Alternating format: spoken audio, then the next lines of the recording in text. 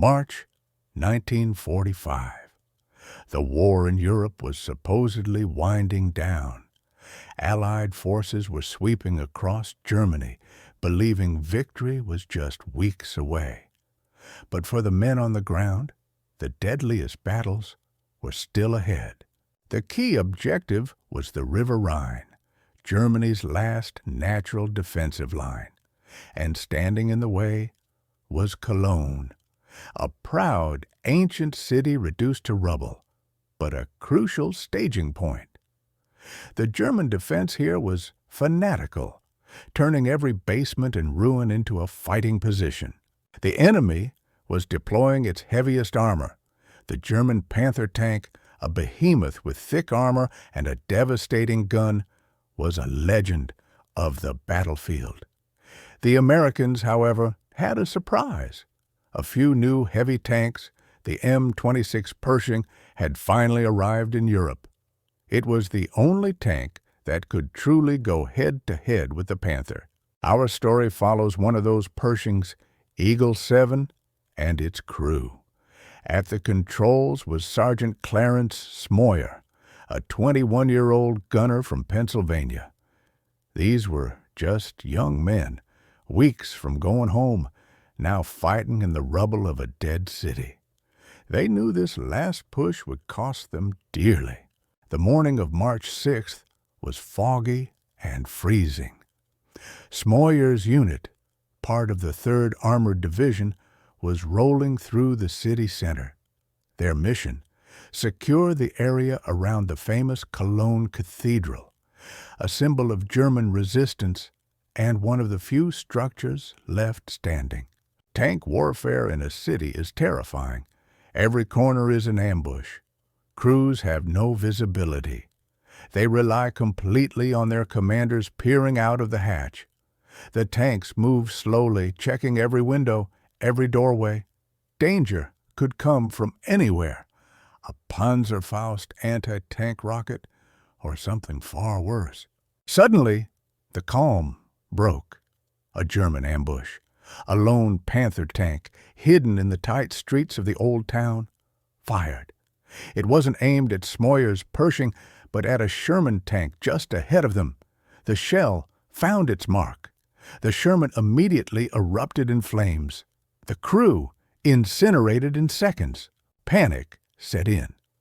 The German crew, cocky and confident in their superior Panther, believed they were safe.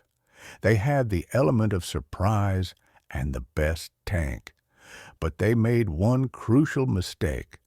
They didn't know the Americans had a Pershing, and they didn't know who was in its gunner's seat.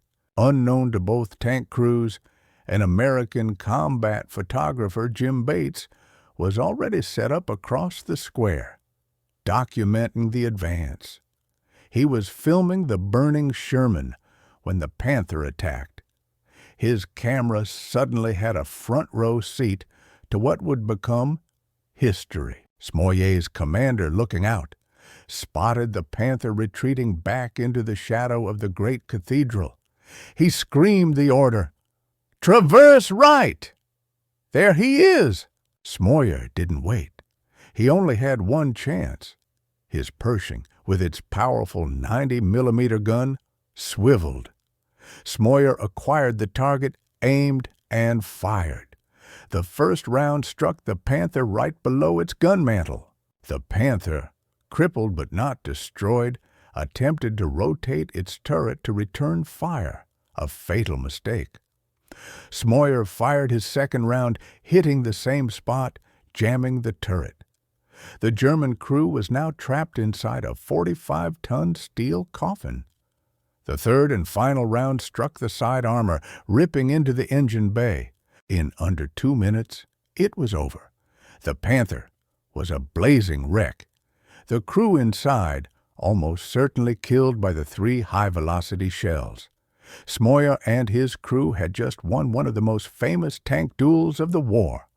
They had survived, but their victory was soaked in the tragedy of the Sherman crew and the men inside the Panther. The sight of the burning Panther in front of the cathedral became the enduring image of the battle for Cologne. But the men had to keep moving. There was no time to celebrate. The war continued for 2 more months. Smoyer and his crew went on to fight for the remainder of the war. Clarence Smoyer never forgot that day. For decades he carried the memory of the German crew he killed. He rarely spoke of it. It was a victory, yes, but war is never simple. He spent years later attempting to contact any remaining family of the men he fought that day.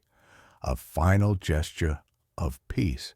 The footage remains a chilling reminder of the split-second decisions and incredible bravery required in tank combat.